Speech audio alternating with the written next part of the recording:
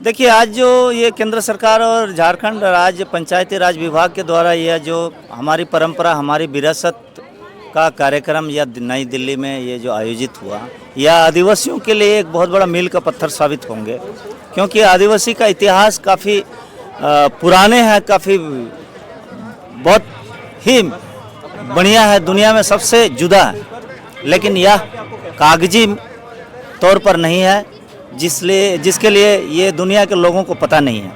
इसलिए यह जो आज कोडिंग होंगे और यह रिकॉर्डिंग का काम हो रहा है कि आदिवासियों की जो परंपरा है, उनकी धरोहर है, वो क्या क्या है और उसकी अहमियत क्या है। इसको संरक्षित करने के लिए पंचायत राज विभाग, केंद्र सरकार और राज्य सरकार दोनों ही धन्यवाद के पत्र है, जो आदिवासियों को आगे बढ़ाने में और उनकी रीति रिवाज को संरक्षित करने में सहयोग सिद्ध साबित होगा। हमारे साथ विजय के जो सर हैं, सरकार ऐसा मानती आई है कि भारत देश में आदिवासी नहीं है, कहते आई हैं। अब इस प्रकार के जो कार्यक्रम रखी जा रही है आदिवासी किस प्रकार से देखते हैं? ये बहुत ही ऐतिहासिक पल हो सकता है, क्योंकि एक आपका मानने के लिए बाध्य कर रहा है, अगर आदिवासी नहीं है यूनो जो कहती है, तो फिर आदिवासियों की हमारी परंपरा, हमारी विरासत का तत्व दस्तावेजीकरण क्यों हो रहा है। तो ये दस्तावेजीकरण हो जाने के बाद दुनिया को पता चलेगा कि इनके एक अलग भाषा है, सांस्कृतिक है, रीति रिवाज है, रहन सहन है, पहनावा है, खान पान है, उसी अलग बोली भाषा है, सब कुछ अलग है। तो कहीं ना कहीं ये डिस्टिंग्विश आपका लोग है, जो अलग जनजाति के रूप से जाने जाते हैं भारत के संविधान में, जिसको हम आदिवासी बोलते हैं। तो मुझे लगता है कि इस पहल से जो है एक रास्ता खुल जाएगा, जो अंतर्राष्ट्रीय स्तर पर जो यूनो में बात कही जाती है कि भारत में आदिवासी नहीं है। तो कहीं ना कहीं सरकार इसकी शुरुआत करके जो है इंडिकेशन दे दिया, और कल इसने सरहुल भी मनाया।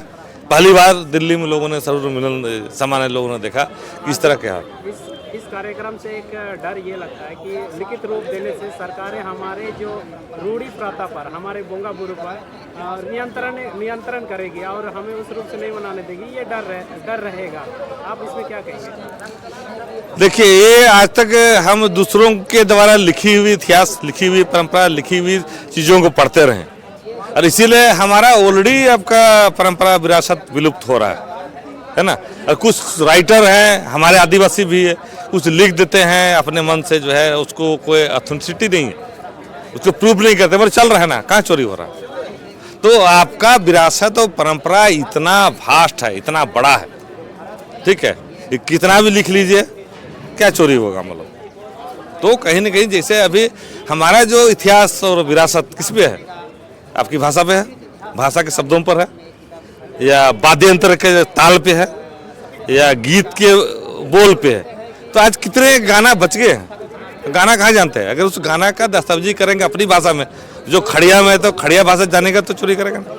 अगर कोई आपका हो में है, या आपका कुड़ुक में है, या संथाल पे है, तो उन शब्दों में ही इतिहास और विरासत छिपा हुआ, उसको संरक्षण करने की जरूरत है। और दस्तावेजीकरण जो होगा, डिजिटल रिकॉर्डिंग होगा या ऑफलाइन भी जो रिकॉर्डिंग होगा, जिससे आने वाले समय में एक बहुत बड़ा आपका ये मार्गदर्शन का काम करेगा आने वाली पीढ़ियों के लिए।